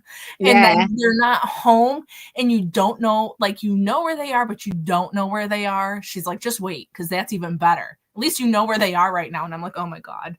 Yeah. Like, I thought it was going to get better when they got older, but apparently there's just extra super awful things to worry about. Then they start drinking and having nights out, and then driving cars, yeah. That'll be great. I still have a couple more years. It's just stages, isn't it? It's just different stages, but you do have to let go. Yeah. No, we let go a little bit. Yeah. A little bit. Not much. Not yet. But yeah, everybody's working so industriously. I feel. Of course, she had no signal while she was away Oh no, I would hate that. for a lot of it. Every now and then I got a message. Yeah. So she cut her fingers and she went to, she arranged to go to a medical centre to get patched up. And when she got there, they said, could you just move over to this side of the room because we're going to do some training? And she said, with all the Scottish accents, they did. Like, you need subtitles. She was sat watching it. She's where they sat me was right facing where they did this training exercise, and somebody pretended to faint. And then they had to go through all the procedures and things. She just sat watching it. She said it was really funny. That sounds. I mean, at least it was amusing, probably. Like, Entertainment. since she's there anyway, it's all good. Yeah. But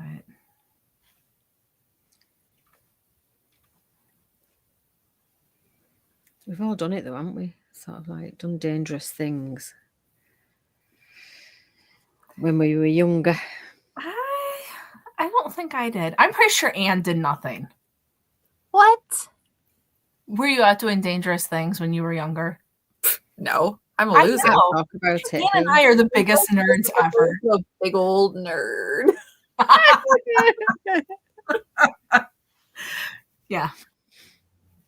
No, I didn't really do anything crazy. I got married when I was 21. That was the stupidest thing I did, but that wasn't like dangerous on the level of camping by a dark lake on my own. It was a different kind of dangerous. Like, we don't have bears here. Well, we got that going for you. But Or coyotes or anything like that. We don't have wolves. I don't think you don't have like poisonous snakes or spiders, do you? What do you have No. out there?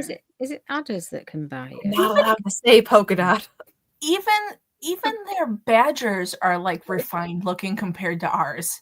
Theirs look like a top hat and a monocle, and ours look like they're on meth and they've been in your trash can for a year. But you know, it's just not the same.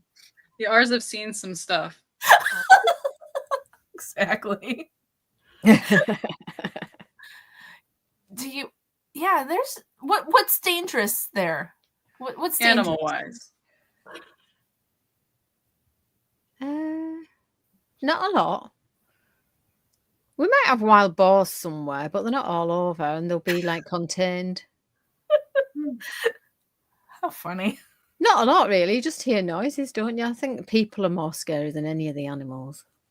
That is also true. I mean, we don't have a ton of scary things here. Every couple of years, there's the random bear that wanders too close to civilization and gets in a tree and has to get, darted out of it into a. They like shoot a dart at it and they catch it in the blanket and like haul it where it should be. But I don't live near the bears either. Do you have bears near you, Anne? You don't have bears. Where I live, it's more Minnesota and Wisconsin that has the bears. I don't think bears are impossible in South Dakota, but it's not like a highly wooded area. But we do have coyotes. A little further west, they have rattlesnakes, and there is the occasional cougar that comes around. Mm-hmm. I know in Pipestone, Minnesota, which is just on the border, and in Sioux Falls and Elkton, I think that they had farm animals that were killed by mountain lion. Okay. That one was kind of roving out. Like, sorry, that one freaks me out. It's like, lovely little kitty. I'm like, just the concept of you're going along your merry way and a big old cat grabs you by the back of the head is like, ugh. But, I mean, there are mountain lions, like if you go up into the Adirondack Mountains, but not so much where I am. What about you, Polka Dot? You don't really have anything, do you?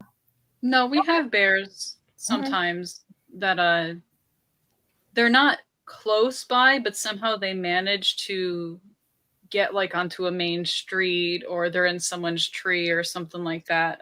They do the same thing that our bears do once in a while. Like, hey, yeah, every now and again they bear. yeah, like, oh hey, oh bear. Other than that, I think we had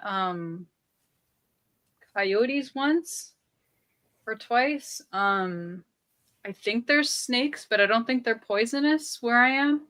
Mm-hmm. Probably rats, maybe. Rats. I don't know if those count. I don't know. Well, I mean, they can bite. They're gross, or they can be gross and bite. So that's not great. When we lived in the city, the freaking cat. My mom had this cat that was indoor, outdoor, and he would sit by the grate to the sewer, and the little baby rats would come out, and he would just pick them off. Oh, Just catch them all. Well, little cousin Splinter didn't know how to hit him. Yeah. Much. Yeah, No, we do get the occasional bear, especially like in the spring, or like not that they're super dangerous, but like a deer. We do have a lot of those, and sometimes they'll charge at you and like run over you. That's happened to someone I know, that she was walking her kids to school, and then boom, a deer. Huh. See, now I wouldn't have thought that happens. Now it do. I was driving in the city because I don't do a whole lot. I live in a pretty chill area, right? But I have to go up to the city a lot. And if there's a deer, right, you don't look at where it's going, you look at where it came from, because its friends are probably following it. Yeah. And so I saw this deer go across the highway, and I saw this person saw the deer, but it was past, so they kept driving, and then its buddy came and ran into the side of its car, and I was like, you weren't looking at where it came from. If you were, you would have known better. Yeah. But well, that's a random story about that. So we do get a lot of stray cats too, and they can be a pain. Not like super dangerous or anything, but just a nuisance. Yeah. Pooping in your yard and stuff. There's always tall tales about panthers and things being released into the wild and spotted and Yeah. Bigfoot. That's I couldn't think of the word, but all the cryptids, all the different. Oh yeah.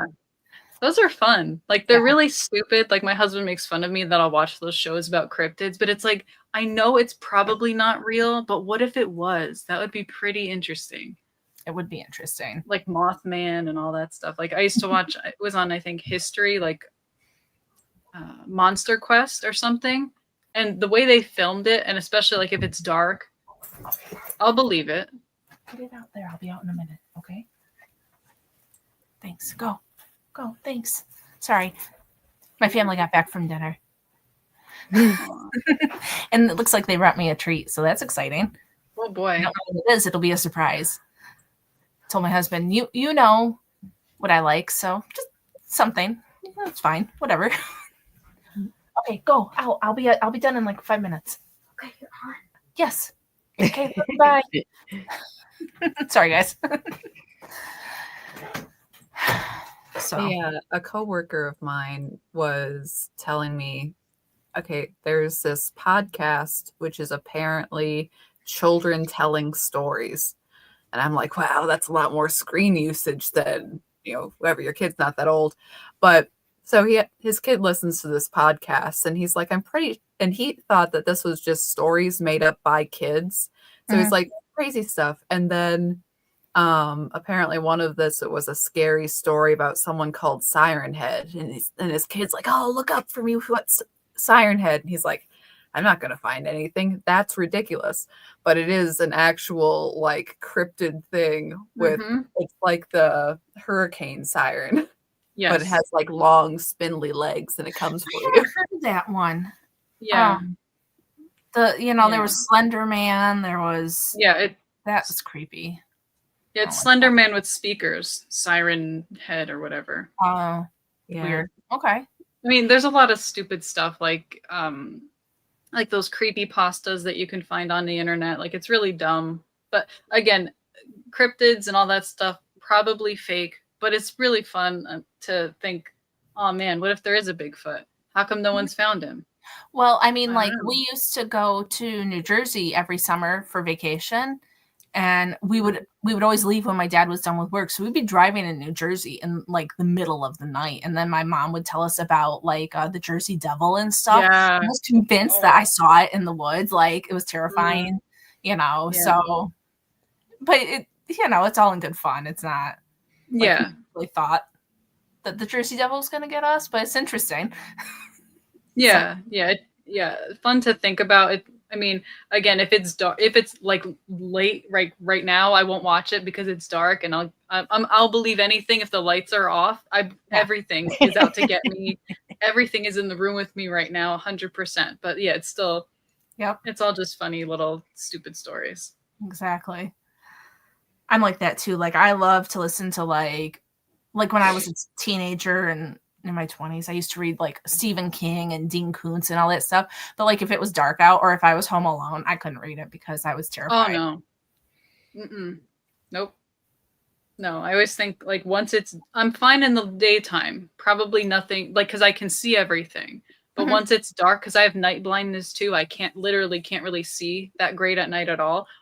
Anything, you can tell me something's next to me, I'm running. Like, yes, it is. And Yeah. Yeah, I get it. Iris in the comments, she said listening to cryptid podcasts reminded me, a friend of mine, her dad would have tapes of all of the old time radio scary stories, and they used to go on a lot of road trips at night. So the rest of her family, they're out, but her dad's driving and her dad's listening to scary stories. And, you know, my pal never did sleep well. And much worse when it's like, and then the spooky thing is happening and it's like the middle of the night and she's, you know, a little kid in the back of the car going, Yeah, but she that's loved the worst. them, but you know, it didn't, you know, she'd never said, hey dad, let's listen to something else. No, she was hooked, but she was also freaked out. Yeah, well, that's how they get you. They get you with the compelling, like the way they record it and all the little sounds. Like, even like as silly as it is, like Twilight Zone is really basic. It doesn't have a lot of pizzazz, like a lot of, you know, modern scary stuff, but under the right environment, that stuff's scary still. Oh yeah. No, there's still some Twilight Zones and other shows like that where it'll be like a weird episode and you're like, now I'm remembering that forever, and every time that there's a similar scenario, it'll sneak up and get you. Well, the pig face one. Oh, Everybody's worried about how the woman looks, and you're looking at her and she looks fine, and then everybody else looks like pigs, and you're like, ugh, that one creeped me out. I don't know why, because it's really not that scary, but it's something about it. Like, I've seen that one. There's one I didn't watch because I won't watch it. It's I think there's some guy who's in jail, and long story short, like, plot twist, it's actually the devil, and he like turns all ugly and he flies away or something like that. That I won't watch, because absolutely not. No devils. That's terrifying. Absolutely gross. Like, even older cartoons like that would be played, like if they were drawn a certain way, freak me out. Even the old Nosferatu, not the new one with all the blood and guts and stuff. I'm not interested. But the old one from, what is it, like the 20s or something? Yeah, like, there's some scene. There's scenes in there are kind of like, yo, that's pretty. That's yucky. I don't know. I mean, I'm fascinated with the way it's designed and the style and stuff, but that's yuck. I've never seen that one, but I listened to a podcast called Red Handed, and they were talking about they do these like short little ones about like different legends and things, and they were talking about vampires and how vampires have evolved, and they were talking about that movie. Yeah. And apparently it was, all of the copies of it were destroyed, but because it was made in Europe somewhere, they couldn't get all of them because she was in the US and that's where her copyright was, and so it was still distributed. But they did put because it was too close to Dracula. Yes. Yeah. That was the whole thing. Dracula. Yeah. Yeah, So, it was supposed to be a total ripoff of Dracula, but different enough that they could say it's not Dracula in a ripoff, but it clearly was. Like, yeah. I mean, they made their own lore and stuff. And again, still, I mean, Dracula as a thing it's kind of creepy. And again, it's how they filmed it.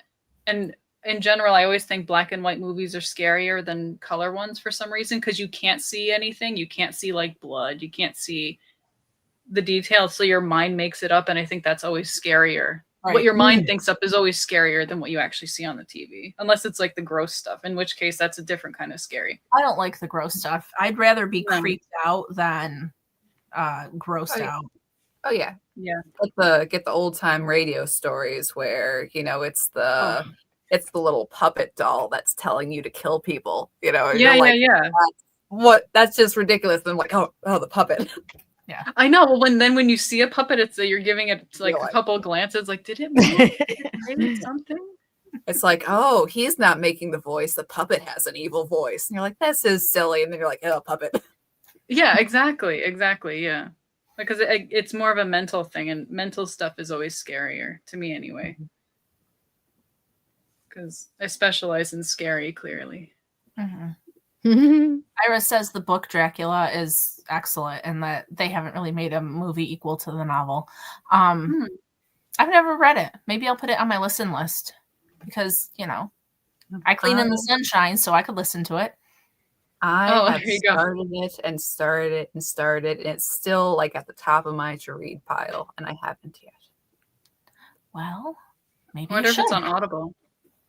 Probably. I like to on what is it, LibriVox, which is the free one. I don't know. So. I was gonna say I'm sure I can get it on Libby because I have a New York Public Library card, and so I can get most things because the New York Public Library is really cool and way better than my small town library. So, yeah. But all right, friends, I'm gonna cut the party short because my kids are here and there's food and I want to see what's happening. So sorry. Thanks for coming. It was lots of fun. Thanks for having us.